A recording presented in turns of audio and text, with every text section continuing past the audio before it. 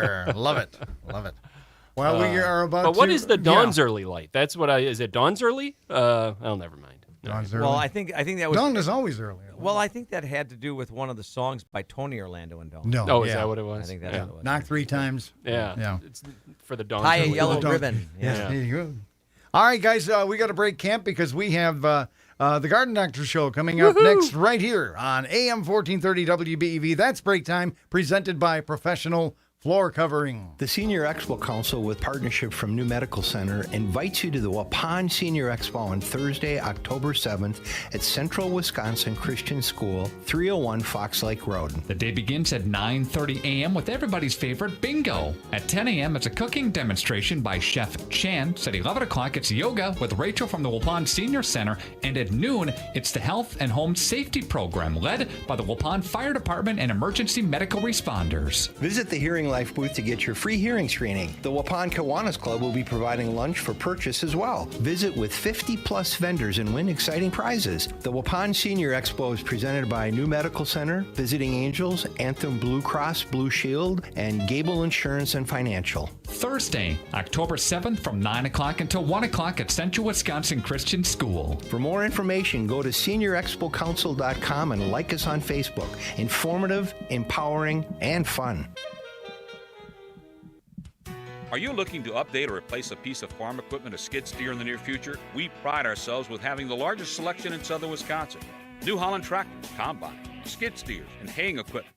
K-skid loaders, Kuhn Knight, Kuhn Kraus, Lemkin, Meyer, Kenzie, Demko, MacDon, Pats, Wilrich, Woods, McCormick, Husqvarna, Cub Cadet, Toro, and Polaris. Superior service since 1930. Karl F. Stotts & Sons on Highway 19 in Wanakee. KarlFStotts.com. Beaver Dam Conservationist 27th Annual Game Feed is Tuesday, October 5th at Bayside Supper Club. Get your ticket applications now. Just $35 includes free beer from 5:30 to 7, raffles, door prizes, gun boards, high roller packets, and more. Ticket applications available at Beaver Dam Conservationist, Bayside Supper Club, Lipstick Tavern, and Maury's Bar. Seating is limited and tickets will not be sold at the door. Get all the details at bdconservationist.com. The 27th Annual Beaver Dam Conservationist Game Feed at Bayside Supper Club, October 5th.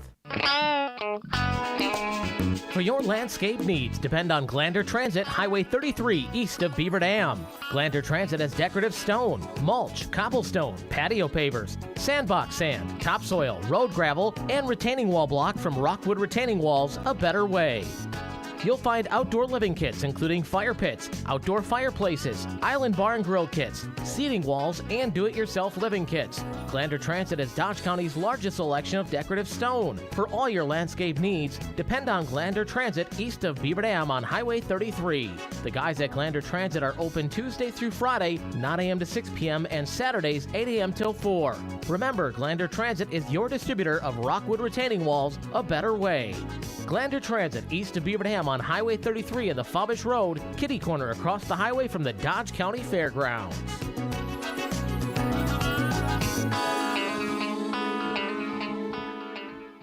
The following program is a paid presentation. The views and opinions expressed are not necessarily those of Good Karma Brands, its management, or employees. And welcome again to the Garden Doctor here on AM 1430 WBEV. On a Sunsplash Wednesday morning, we say hello to the doctor, Dick Zondag from Jung Garden Center in Randolph. Good morning, sir. Good morning, John. And you are, of course, on video as well at Daily Dodge, and I trust with you being on video, you have something video-friendly to show the audience. We sure do. We brought along some different things today. We brought along some pumpkins. Of course, it's the time for decorating outside and decorating inside, so there are all kinds of different pumpkins. I brought along some very unusual ones. The big one is called World of Color. It's sort of spotted, and it's sort of a muted orange color. It's very, very different. And then we have the pumpkins that have warts all over them, and you know, it's getting so now they've bred so many different kinds of pumpkins. Instead of having one page in the catalog, there are 3 pages. So little pumpkins, big pumpkins, warty pumpkins, different colored pumpkins, and then there's the squash, the ornamental squash that really look very nice in the arrangement. So I brought those along. Also brought, instead of bringing a mum this time, I brought an aster. Fall asters are really pretty. They come in white and sort of purple color. They actually are pretty hardy, so unlike the fall mums, which are really difficult to overwinter, the asters usually come through. And then I brought along one of the display pictures of Appledorn tulip. The tulips and daffodils and all the different fall-planted bulbs are in now, and we've got a very good selection of them. They got in a little bit late because of the transportation problems they've had between Europe and the United States. But they're all in really great shape, and they should be planted right now. You can plant them anytime from now until the ground freezes up. We also would like to say that we're changing our discount in the nursery area and the perennial area. We are going to 40% off to try to get rid of some of our excess inventory. So, if you buy the nursery stock or any of the potted perennials other than the mums and the asters and the ones that are specifically for fall, they're 40% off. And we also have garlic and, and everything else. Fertilizer for your lawn. I actually started some seed myself about a week ago, and the grass is just barely starting to come through because I've been watering it all week. And time to fertilize, get that lawn growing well so that it goes into the winter in really good shape. And it also will crowd out some of the weeds. And, of course, if you've got creeping Charlie or dandelions, a lot of them, now is the time to take them out with the Weed Beater Ultra. So lots of stuff to do in the fall. Get your garden cleaned up. So we're ready for customers, and we're well stocked, and so people should start coming. All right. By the way, 885-4446 is the number to call if you have a question for Dick. 885-4446 would be the number to call, 920 area code, and both lines are open, so give us a buzz. Dick, going back to pumpkins, what are the ideal growing conditions for pumpkins? We kind of tried, I think we put them in like the beginning of May, and just threw some seeds down. They took, but then they died off. What are the actual good growing conditions for pumpkins? Yeah, pumpkins, you should really wait until the soil is warm. Okay. When the temperature is about 55 degrees, 6 inches below the ground, that's the best time to plant them, because if the soil is too cold, most of the vine crops will not handle that. Usually around the 1st of June is when you plant the vine crops, and you won't have to wait for the pumpkins because they form and they mature at the right time. So, if you're looking for the really big pumpkins, what you want to do is take off the first couple of blossoms that come out, because they're probably not going to grow anyway, but you leave the 3rd, 4th, or 5th blossom, and then you keep taking them off as they come off so that the vine puts all its energy into that 1 or 2 pumpkins that you have on that vine, and that's how you get the really big ones. Okay. If you want just regular pumpkins, you just let it grow. All right.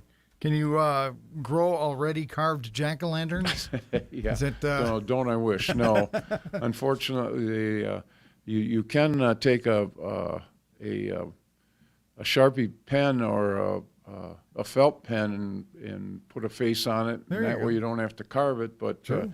unfortunately, they don't grow with the carving already done. Well, I thought I'd ask. There's no such thing as a stupid question, only a stupid question asker. That's me. That's right. All right, let's go to the phones. Both lines are open, so let's go to our first caller. You're on the air with Dick Zondag. Hi. Good morning. Good morning. I have 2 questions. First one is, do we mow the lawn low or high now? I prefer to grow it to mow it high. You can mow it a little bit lower later in the fall so that you remove as much of that mowed grass as possible. But right now I'm mowing it at about 2.5 inches, which is really, really good for the lawn. Oh, That way you don't scalp it either. right. Okay, the other thing is I kind of inherited some amaryllis, Okay. and he had them in his living room, but it was dark. Yeah. He had everything pulled. They're green. Great. He had them in water. I yeah. mean, like they're in little or smaller pots, but with watering below. He had the water, Right. had them sitting in water. Yeah, if they're in dark, I doubt very much whether they'll form a flower. See, right now is when the bulbs that bloom in the early spring form the flower inside the bulb. And what I would do with it is in the wintertime, the day and night, length of the day and night tell the plants what they're doing. And so they're going into sort of a quiescent or a resting form right now. And don't fertilize, maybe if you give it some fertilizer right now and put it in the sunlight, maybe it would form a blossom for next year. But usually what I tell people when they get amaryllis, if they want to get them to bloom again, what you do is you just let the leaves grow after they flower and cut the flower stalk off. And then when the danger of frost is gone, you take it outside. And you can either plunge it right in the pot or you can take it out of the pot. And then you put it in a very sunny location. And then about the first part of August, that's when they really start to form their flower for next year, or the flowers. And then you just let it fertilize it then, maybe fertilize it a second time about the middle of September. And then before you get a hard frost on it, you dig up the bulb and pot it up. You can either cut the leaves off or you can leave them on. It doesn't really make that much difference. But then you put them in a cool basement and wait until the flower stalk starts coming up. And when it does, then you put it in a sunny window, and away it goes. Okay, but then should you be watering it? Yeah, you can water it now. In that resting state during the winter, maybe once every 2 weeks of water is enough. You don't want to overwater when they're resting, so just keep the soil from drying out. And then next late May, put it outside, and you'll probably have a flower the following spring. So can I just leave them outside now until it gets colder? Yep, you can take it outside. Yep. Like is 48 or something too cold? No, it's not. Oh, okay. No. Thank you. Thanks for calling. Sure. All right, Bye. thank you for your call. 885-4446, the number to call. And let's go to our other line. You are on the air with the Garden Doctor. Hey, Dick. Earlier this spring, I got some of that composted manure from you guys, and Okay. I worked it in around my rhubarb plants Okay. to see if I could strengthen them a little bit. Can I put some of that 10-10-10 fertilizer around them rhubarb plants I wouldn't. fall yet, or? Yeah, I wouldn't do it this fall anymore. But next spring, when they start to grow, that's when you really need to fertilize them. Okay. If you fertilize them right now, there's a chance they'll start to grow, and you don't want them to grow anymore because they're going dormant. They're making the things that they need to make it through the winter. So you can either fertilize them early next spring or after the leaves have all died back. You can fertilize them because that way This they fall, won't then, after the start leaves to have grow. died But back. yeah, but the triple 10 is a reasonable fertilizer for asparagus and for rhubarb. Okay. Can I put any rotted manure around? Oh there yet yes, this year? yeah, that Okay. you can do. Yep, All right. Sounds good. Thank you very much. you're very welcome. All right, thank you for your call. Let's go to the other line. You're on the air with Dick Zondag from Jung Garden Center. Good morning. I am working in my flower bed right now. Is it a good time to transplant perennials, especially maybe sedums? Yeah, if you want to divide them, now's a good time to do that, or transplanting. And then what you want to do is, as soon as the tops die down, cut them off and cover them with a mulch so that the plants themselves don't heave out of the ground when we get the freezing and thawing in the wintertime. That mulch will keep the cold around the plant so it doesn't do that, where if you don't mulch them, we get thaw in late January, early February, they tend to heave out of the ground. So if you're planting perennials at this time of the year, you want to mulch them probably the middle of October before the soil is really cold, because then the roots will grow into the winter, and it'll keep them as the soil gets cold, it'll stay cold so that it doesn't freeze and thaw. Okay. But the sedum, do you take just like a shovel and slice them? That's what you do. You take a sharp shovel, and if you want to leave half of the clump there, you just take a sharp shovel and you dig right down in the middle of the clump, dig half the clump out, leave half the clump there, and then you can divide it and replant the part that you dug. Okay. And then tulips, if you happen to slice a tulip bulb, are they junk? It depends on how, if you sliced it in half, probably. If you just nicked it, it's probably not going to hurt it.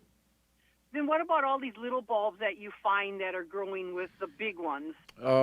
What you want to do with those, especially if they're getting close to the surface of the soil, is dig them up and put them deeper, because that's what tends to happen with tulip bulbs. If you don't plant them deep enough, because when the soil is warm, they tend to shatter. They tend to make a lot of little ones, where if you plant them 8 to 10 inches deep and that soil is cooler in the summertime, they tend to stay a nice large bulb. And the size of the bulb is going to dictate the size of the flower. So the larger the bulb, the larger your flower is going to be. So by planting them 8 inches deep, you're going to keep them a single bulb for a longer period of time.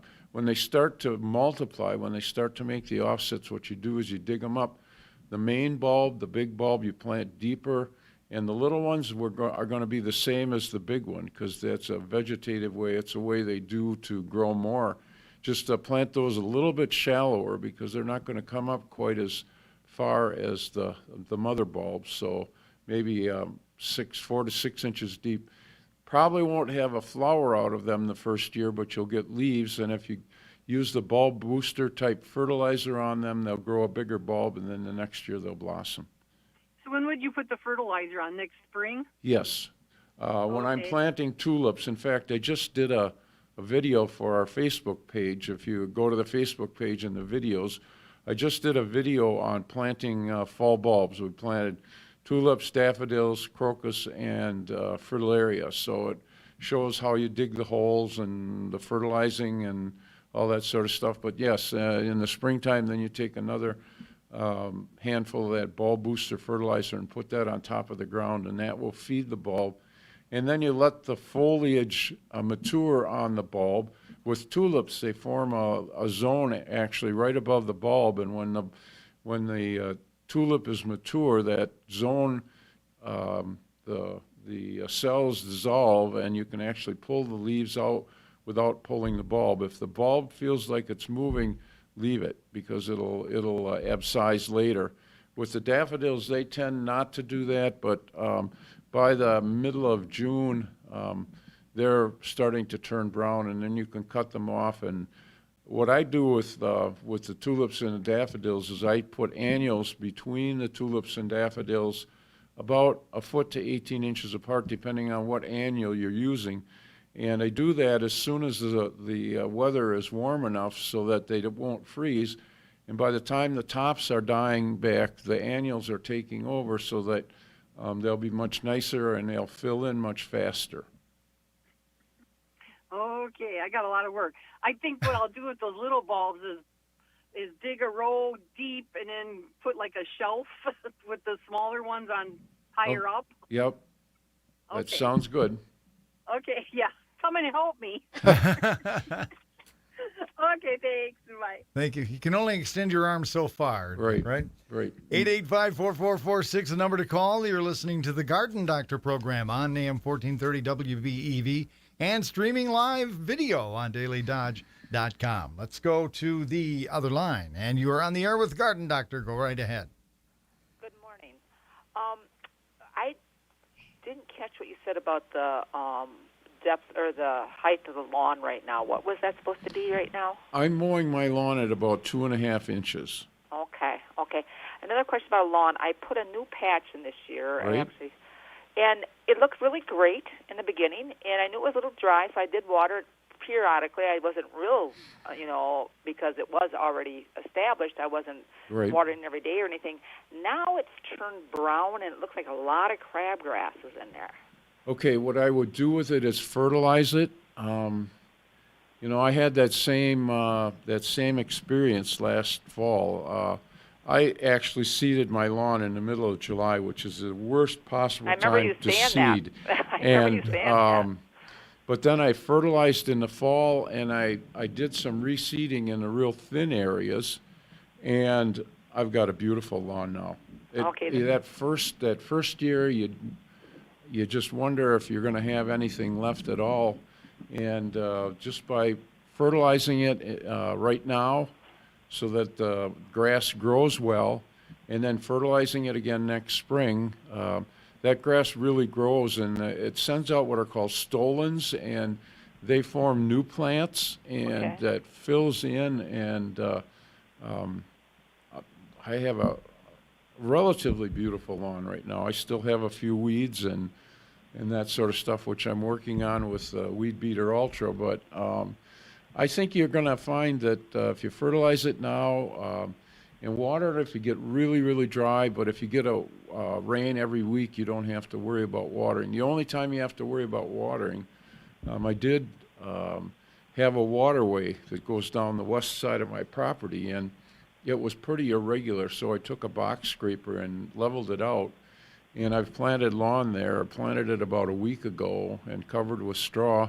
I've been watering every day. I go out there and make sure that it's watering. You can start to see the seeds starting to germinate now. So we'll see how it comes through.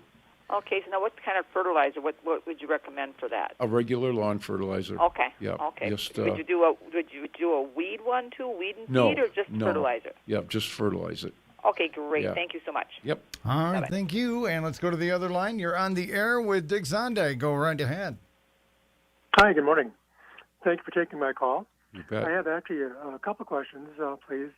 One is I'm thinking of moving honeysuckle Okay. to the southwest corner of the house, so it's somewhat sheltered, Okay. but does get late afternoon sun. Okay. And I was thinking moving it away from the house so it would be able to trellis it better. Okay. Would you suggest doing so? Is this a climbing honeysuckle? Yes. Yeah. Now's a good time to do it. The plants are pretty much dormant now. You wouldn't have wanted to done it 3 weeks ago because the plant might have started to grow. But yeah, if you want to move them, now's the time to do it because plants are pretty dormant now. The winter buds are pretty much set, so they're not going to grow. So now's a good time to do it, and then fertilize it after you plant it and water it in, and you'll have good success. So I should just cut it down and then move it, and what I use like a 10-10-10 fertilizer? Yeah, just a little bit in the soil that you put around the plant. Okay, thank you. Another question I have is I have a raised bed, Okay. and the dirt I've used is actually screened soil from a marsh area, Okay. so it's high in nutrients and such. Great. Would you advise adding something into the mix before I plant it again next fall or next spring? Yes, I do square foot gardening in the front of my in the front of the seed company there, and it is a very muck type soil because you use a lot of peat moss. And what I do in the springtime is I take 2 or 3 bags. Now these gardens are 4x4, so what I do is I fluff the soil up because it does compress in the wintertime. Make a big pile in the middle, and then I put a couple bags of compost, probably a leaf compost and a manure of some sort or another in it, and work it in, because when you're growing stuff in a square foot garden or in a raised bed garden, the plants that you're growing will take some of the nutrients out of the soil. So by adding that compost back to the soil, you're going to renew the nutrients that are in the soil, and they'll grow much better for it. Okay. Okay. Okay, that sounds great. Thank you so much. Appreciate it. Thank you for calling. Thank you for your call. 885-4446, 1920-885-4446. Both lines are open if you want to give Dick Zondag from Jung Garden Center a call. And as I say that, we do have someone checking in. Good morning. You're on the Garden Doctor program. Yeah, I got lots of different types of flowers. It must be perennial. They come back every year. Okay, they're perennials. Yeah. Perennials. Instead of cutting them back by hand, could I use a weed eater? Sure. That's not going to Would hurt. damage them? No, but what you want to do is wait until they start looking a little bit ratty, because what they do in the fall is they start to go dormant, and they flowers are gone and it's drying down. Oh, okay, then you can do it, because those tops are going to die anyway. But leave the whatever comes off on top of the soil, because that'll create sort of a mulch for the winter. But yeah, no, a weed eater isn't going to hurt them at all. Okay, yeah, I cut them about 3 or 4 inches off the ground. Yep.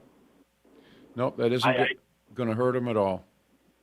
I pick up all the stems and everything. Should I be leaving them? Or? Yeah, just leave them, because what that'll do is make a little bit of a winter protection. You can take them out in the springtime if you want to and compost them, but just leave the clippings there, because that'll give them a little extra winter protection.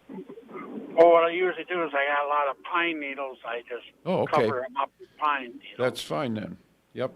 Okay. All right. And now, is this a good time to transplant bushes?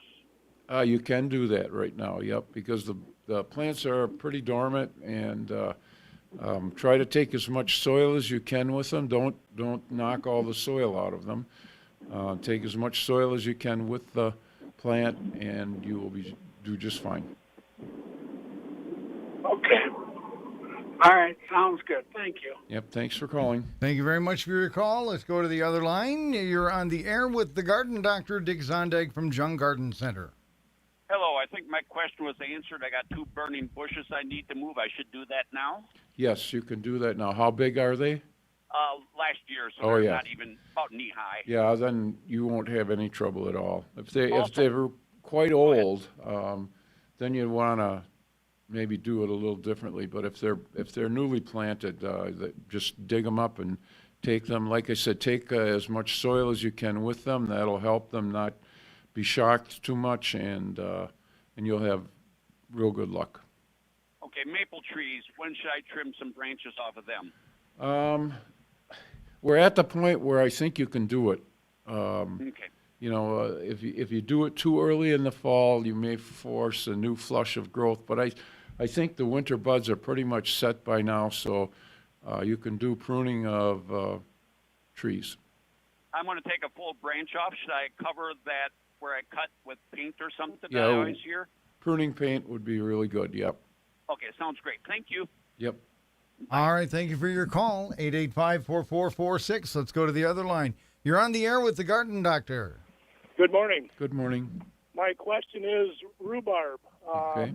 I've transplanted some here, I believe, 2 years ago, and Okay. they're not doing anything. They're real small, and they never produced any fruit this year.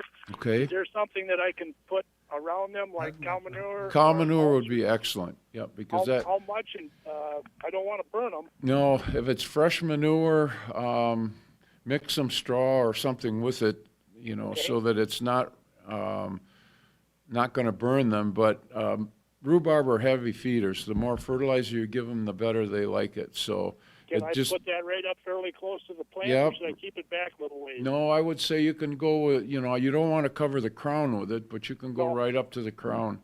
Very good. And that isn't Thank you going to very hurt much. anything. Okay?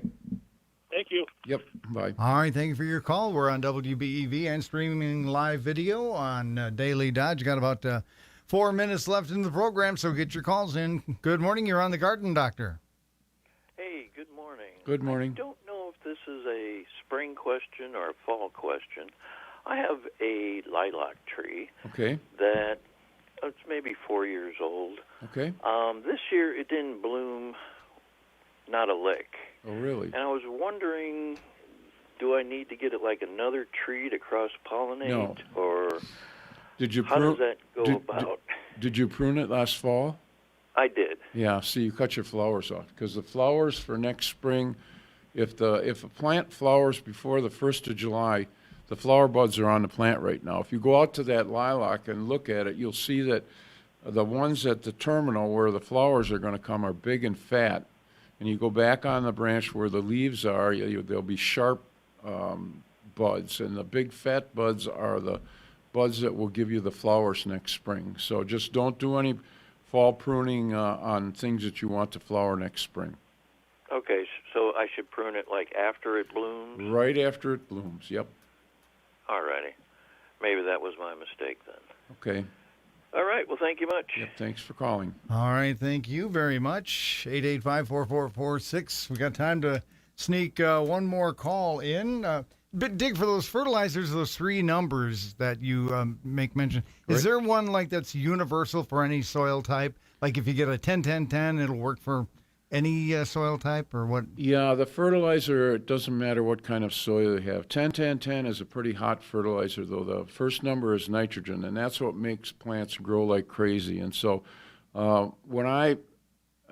if I use 10-10, I usually use it quite lightly because that first number tends to make the plants grow a lot. And if you use it in a garden, it will make your tomatoes grow 10 feet tall, but the tomatoes will be delayed by at least a month if you use too much of it. So what I usually like to have people to do is to use 10-10-10 in their compost pile, and then when they add it to the garden, it's not quite as hot. But if you're using 10-10-10, like I said, asparagus, rhubarb, because you're eating the vegetative part of the plant. But for most of the garden, if you use 10-10, you want to use it very sparingly. Okay. We have time for one more caller. We've got a minute left in the show. Go right ahead. Hi there. Hi. What about rhubarb?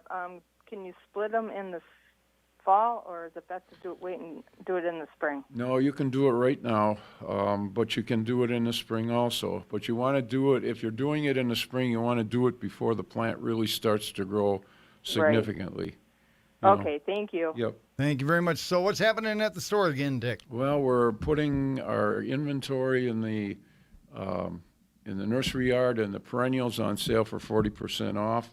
We have a very good selection of flower bulbs. You won't find more different, unusual types of fall-planted bulbs anywhere in this area.